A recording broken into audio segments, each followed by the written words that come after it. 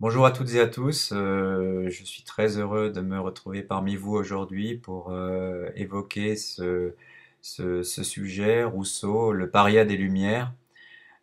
Si j'en juge aux quelques questions qui m'ont été posées avant d'entrer, c'est effectivement un sujet qui vous interpelle, qui vous questionne, et dans la mesure du possible, j'essaierai de répondre à ces questions.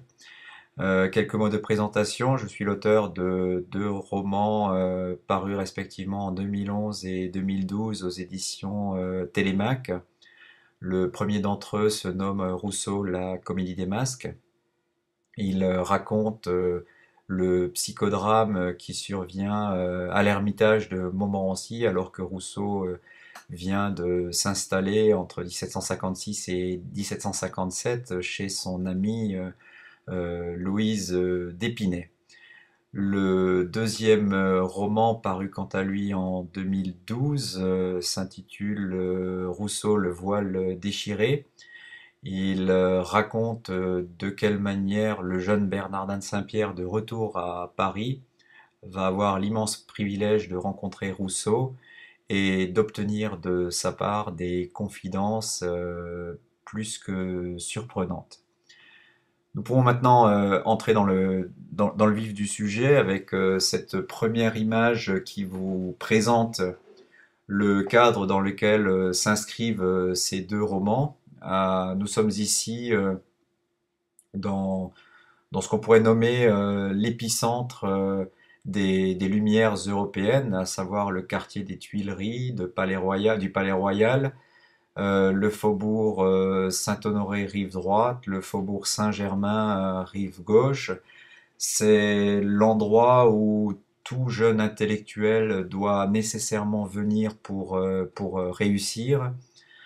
Euh, qui est-ce qui vit ici? Tout d'abord une partie de la noblesse, mais également les parlementaires, bon nombre de financiers, mais également les fermiers généraux. Il faut peut-être préciser ce qu'est la ferme générale à cette époque-là. Il s'agit d'une compagnie chargée par le pouvoir royal du recouvrement de certains impôts indirects. Alors ces impôts indirects, vous en avez forcément entendu parler, ce sont la taille, la gabelle, les impôts sur le tabac, sur l'octroi également.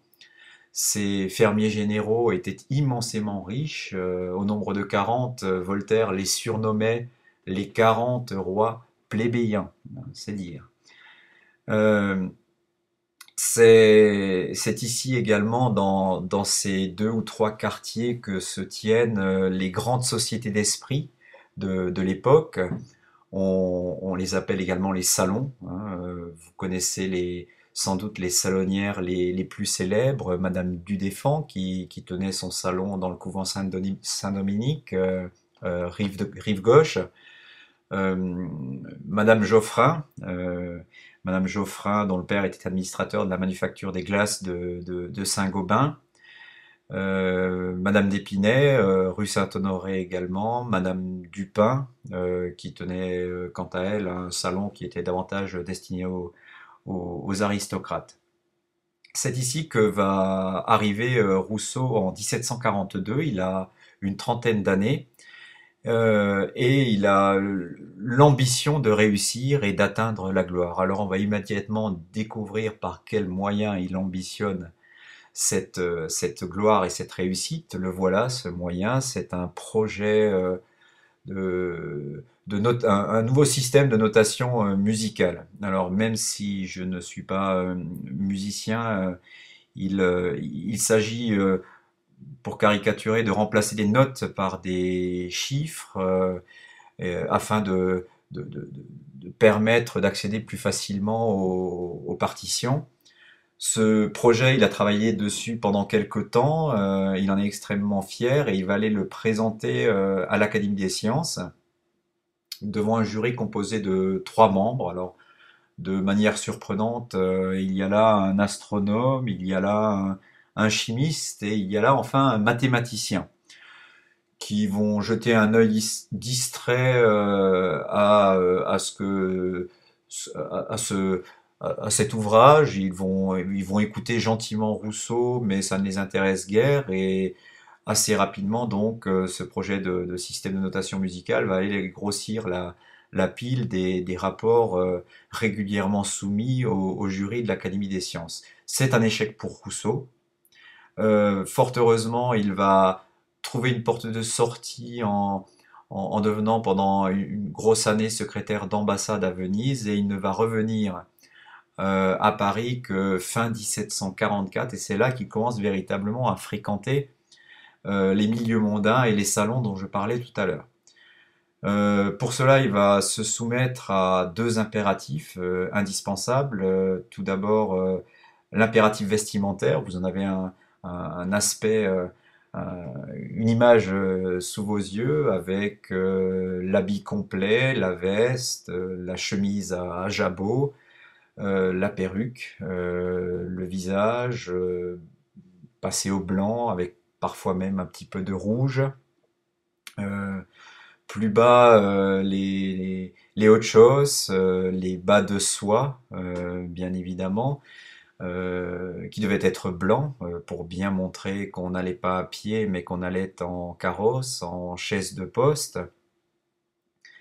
L'autre l'autre impératif, et celui-ci, Rousseau va avoir plus de mal à y satisfaire, c'est l'impératif de la conversation. Il faut être un bel esprit hein, pour réussir dans ces sociétés-là, dans les salons. Il faut faire preuve d'à-propos, il faut avoir de l'humour, il faut trouver les saillies au bon moment. Et malheureusement pour lui, Rousseau les trouve, mais lorsqu'il est trop tard, à savoir lorsque les réunions sont déjà achevées. Ce qui fait que, et il le dit d'ailleurs dans les confessions, il avait souvent l'esprit ébloui, les bons mots ne lui venaient jamais, ce qui fait qu'il va aller, il va rester un anonyme parmi les anonymes, d'autant que ses premières tentatives dans les domaines littéraires et musicaux ne sont pas forcément des réussites, hein. Il écrit une comédie, il va se faire jouer d'ailleurs, il va écrire un opéra qui, quant à lui, ira jusqu'à Fontainebleau.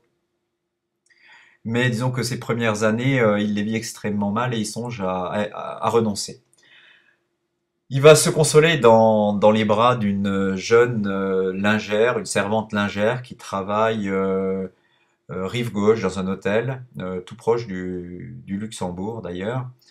On en a ici une illustration très rare hein, d'ailleurs, déjà âgée, de cette servante Thérèse Levasseur. On a dit à peu près toutes les horreurs qu'on peut imaginer. On est allé jusqu'à prétendre qu'elle avait tué Rousseau en 1778. Je vais essayer de prendre un petit peu sa défense. Euh, pour tenter d'expliquer cette liaison qui les a maintenus ensemble pendant plus de 30 ans. Tout d'abord, et de nombreux témoignages l'attestent, elle fut une excellente cuisinière, ce qui n'est jamais rien pour un homme. Par ailleurs, et c'est peut-être là le plus important, elle a été amenée à soigner Rousseau pendant une bonne partie de son existence. Celui-ci souffrait, on en a déjà parlé peut-être, mais celui-ci souffrait d'une maladie de la vessie qui l'obligeait à introduire, lorsque les crises se présentaient, une sonde en verre dans son urètre, ce qui lui permettait alors de se soulager, de vider entièrement sa vessie.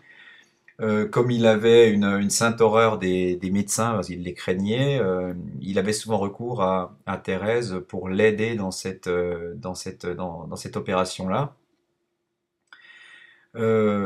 Enfin, Thérèse, dans ses jeunes années, et là encore, certains indices laissent à penser, fut peut-être ou vraisemblablement une très bonne maîtresse. On aura peut-être une anecdote à raconter le moment venu là-dessus. Je passerai volontiers sous silence la question des cinq enfants abandonnés parce que je sais que tout à l'heure au moment des questions diverses. C'est une question qui reviendra. Et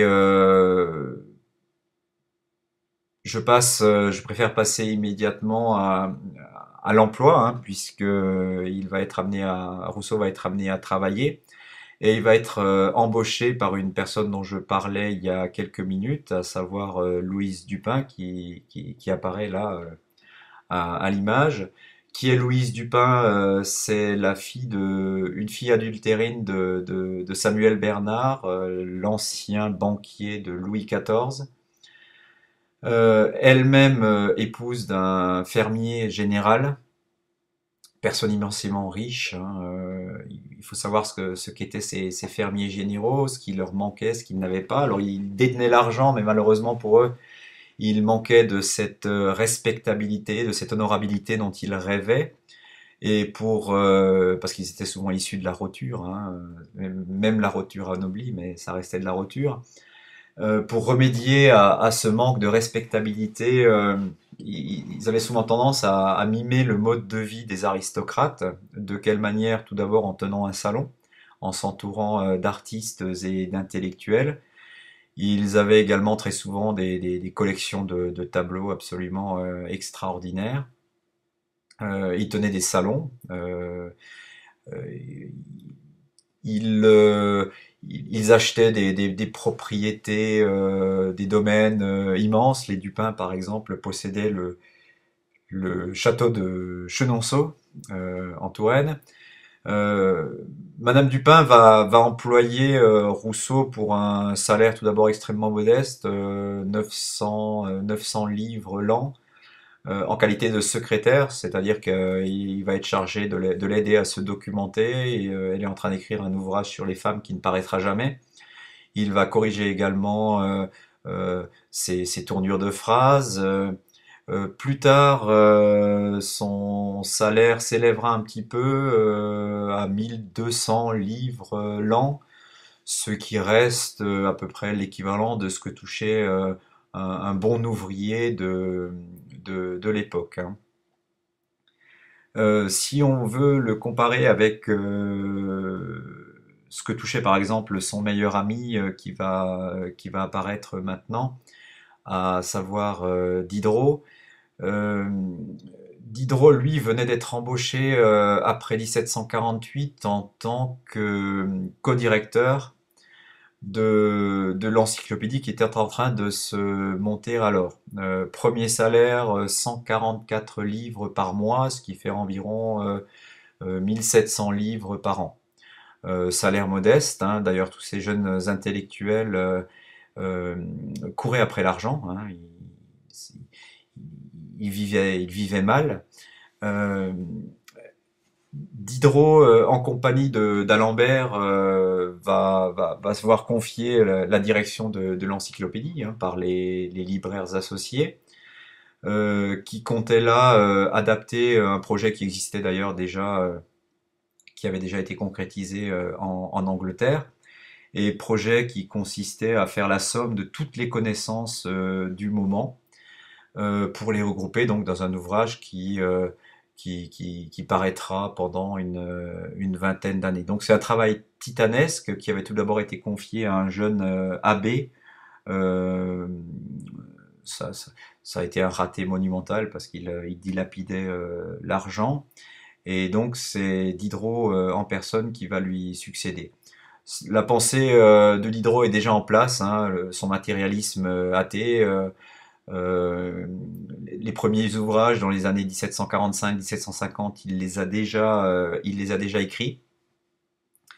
Et Rousseau va véritablement se lier d'amitié avec Diderot, pour lequel il éprouve l'admiration la plus vive, hein.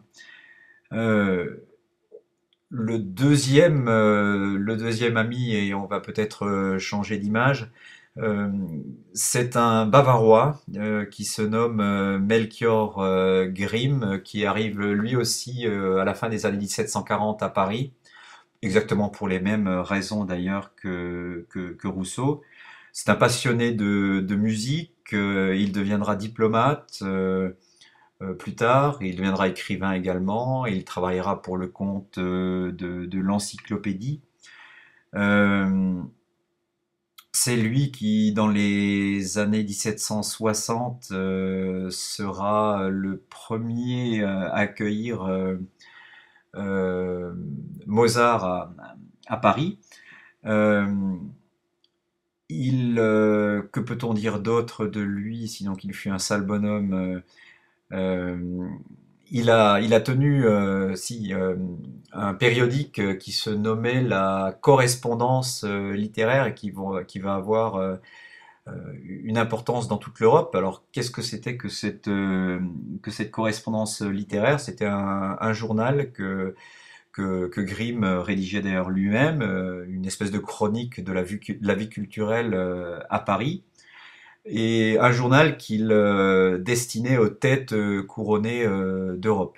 Ça aura son importance au moment donc où Grimm deviendra véritablement l'ennemi de Rousseau. Alors les trois amis Diderot, Grimm, Rousseau s'entendent comme des larrons en foire, sauf que va se poser un problème à Rousseau. Et ce problème, vous le voyez apparaître à l'image, c'est que si dans un premier temps, ils ont fréquenté ensemble le café de la Régence, l'hôtel du panier fleuri, ils ont joué aux échecs ensemble, progressivement, malheureusement, Grimm et Diderot vont commencer à se rapprocher, et Rousseau va extrêmement mal vivre ce rapprochement. Alors, comment vivaient-ils dans ces années-là? À quoi occupaient-ils leur journée? C'est une question qu'on me pose souvent. Alors, il y a des passages, il y a des passages obligés, comme celui des salons qu'il faut fréquenter. Ce sont des lieux d'échange. Tous les encyclopédistes s'y rendent. D'Alembert, par exemple, est un habitué de chez Madame du Deffand. On échange des idées. Ici, chez Madame Geoffrin, par exemple, à l'image, on lit un ouvrage. On joue de la musique. Il faut préciser qu'on joue également beaucoup aux cartes. Il y a d'autres raisons plus simples, hein, c'est que ces salons étaient chauffés, on y mangeait également. Quand on imagine que ces jeunes intellectuels avaient souvent à peine de quoi se nourrir, évidemment, ça n'est pas rien. Pour leur part, les, les, les salonnières, on l'a déjà vu tout à l'heure, qu'est-ce qu'elles y trouvaient? Elles y trouvaient un peu de prestige, hein, parce que ce n'est pas rien d'avoir chez soi Voltaire, d'Alembert ou Diderot. Autre occupation quasi quotidienne, la promenade. Vous avez ici une illustration qui nous montre le jardin du Palais Royal, euh, qui était, euh, qui était privilégié d'ailleurs par les jeunes encyclopédistes qui fréquentaient beaucoup le café de la Régence. D'autres jardins obtiennent un grand succès. Alors il faut citer ici les Champs-Élysées dans le prolongement des Tuileries, les Champs-Élysées étant également une voie de circulation en direction de Neuilly. Le jardin des Tuileries, bien sûr, jardin plutôt destiné à l'aristocratie, et jardin également célèbre pour ses nouvellistes, hein, c'est-à-dire que il y avait là des gazetiers qui commentaient les journaux, et les salonnières y envoyaient quotidiennement leurs domestiques pour prendre les nouvelles du jour. Il y avait enfin le cours La Reine, 2 kilomètres de long, une longue promenade où pouvait se promener en carrosse, avec cinq carrosses de front. Euh, autre occupation, les balles, pourquoi pas, tiens, puisque Madame Dupin, à la belle saison, se rendait se rendait dans son château de Chenonceau. Elle recevait l'aristocratie locale, des invités de prestige, du moins tous ceux qui, dans le même temps, n'accompagnaient pas le roi à la cour de Fontainebleau. Euh, le premier roman d'ailleurs s'ouvre sur une scène de bal juste au-dessus du Cher. Autre occupation, plutôt pour Diderot, un petit peu moins pour Rousseau, les soupers fins, alors en compagnie de jeunes actrices, de jeunes chanteuses, alors les financiers, mais également leurs proches domestiques intellectuels euh, étaient, euh, étaient vraiment attirés par ces jeunes actrices. C'était un véritable challenge. Ils avaient d'ailleurs souvent tendance, faut-il l'avouer, à se les partager.